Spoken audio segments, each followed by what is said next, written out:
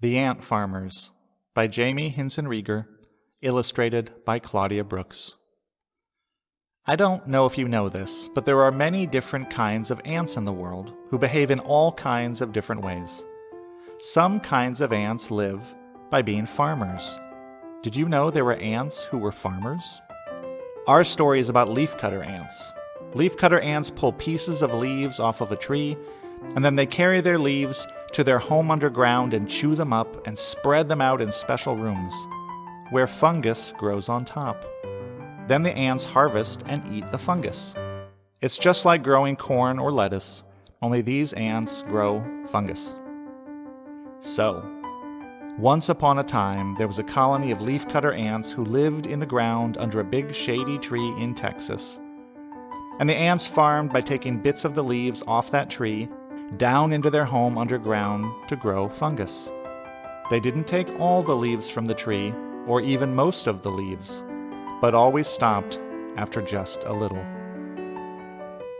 One day, one of the ants, who was a smart, ambitious young ant named Myrna, said, "Why do we always take so few of the leaves from the tree?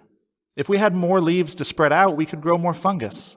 And then we could eat even more delicious fungus." "We've always done it this way," said the other ants.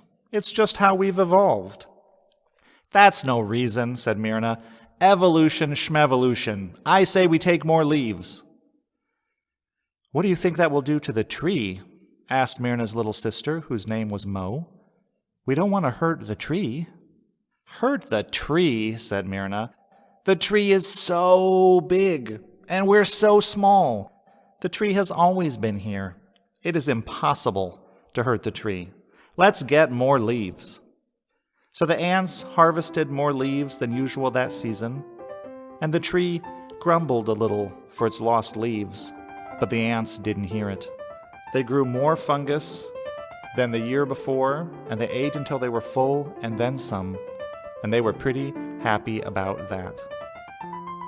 The next season, Myrna said, "Last year was good, but we should take even more leaves and grow even more fungus." "What would we possibly do with all that fungus?" the other ants asked. "That's more than we can eat." "Right," said Myrna. "We'll have leftover fungus, and we can trade that with the other ants in the forest for stuff." The ants were confused. What kind of stuff?" "I don't know, bits of amber, teeny tiny rocks, torn pieces from a discarded candy wrapper, threads from an old shoelace, consumer goods." "But the tree," said Mo, "what about the balance of nature?" "Balance schmalance," said the ants, "we want shiny things."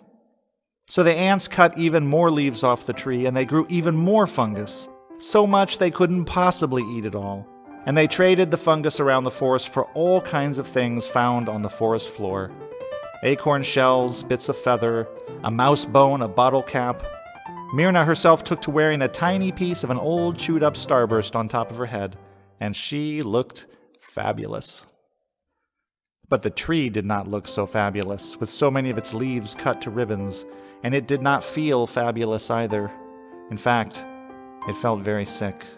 And when a tree starts to feel sick like that, its leaves get sick too, and they stop being a good place to grow fungus, which is something the ants didn't know. Soon, new fungus stopped growing from the leaves the ants were spreading out because the leaves were sick, and the fungus that was already there began to die. "What is happening to the fungus crop?" cried the ants in alarm. They tried to spread out even more leaves, but that did no good at all because the leaves were sick. Soon, all the fungus crops were dead, and the ants knew that that meant no more fungus could grow, because it takes fungus to make more fungus. "With no fungus to grow," said the ants, "we will surely starve." Myrna thought, "What have I done?" But Myrna's little sister Mo had an idea. She went from ant to ant and gathered up all the stuff they had traded for, as much as she could, and she went to a neighboring colony in the forest, and she traded all that shiny stuff, every last bit of it, for a little tiny piece of fungus, just the tiniest piece. That was all the other ants could spare. Then she brought it back to her tree. "Look," said Mo, and she held up the tiny piece of fungus. "It's so small," the other ants said. "It will be enough," said Mo. "We'll have to start all over and grow a new fungus crop from almost nothing. And we'll have to go very slow at first to give the tree time to heal. It will be hard, but we can do it."